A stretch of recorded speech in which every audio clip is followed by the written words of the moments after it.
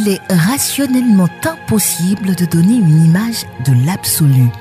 Néanmoins, schématisons-le par un point à partir duquel partent des flèches descendantes comme ceci.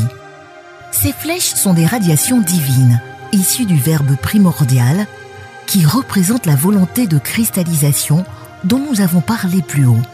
Les radiations divines émises se cristallisent en une sphère correspondant à une fréquence vibratoire bien particulière, volonté.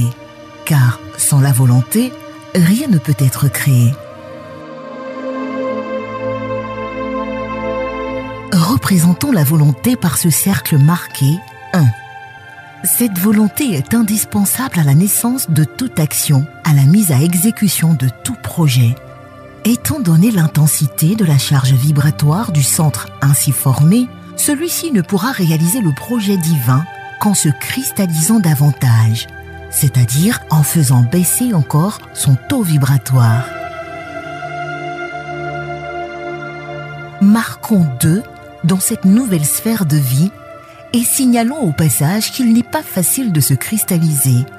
En effet, pour baisser son taux vibratoire, se baisser en quelque sorte, afin d'aider les autres, il faut être capable d'exprimer un degré élevé d'amour pur.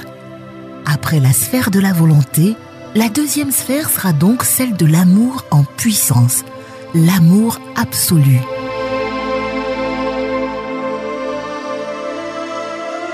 Avec ces deux sphères de vie, nous sommes dans un monde sans règles, où si elles existent, ces règles sont conformes au monde divin. Elles ne peuvent s'appliquer au monde inférieur à celui de Dieu, situé en dessous des vibrations divines. Cette deuxième sphère de vie devra à son tour baisser sa fréquence vibratoire pour s'adapter à des mondes plus matériels, devenir plus palpables, plus visibles et surtout tenir des imperfections humaines et garantir un certain ordre. Pour cela, elle devra se structurer, établir des lois. Naîtra alors une troisième sphère de vie que nous appellerons intelligence divine. Écrivons 3 dans cette sphère.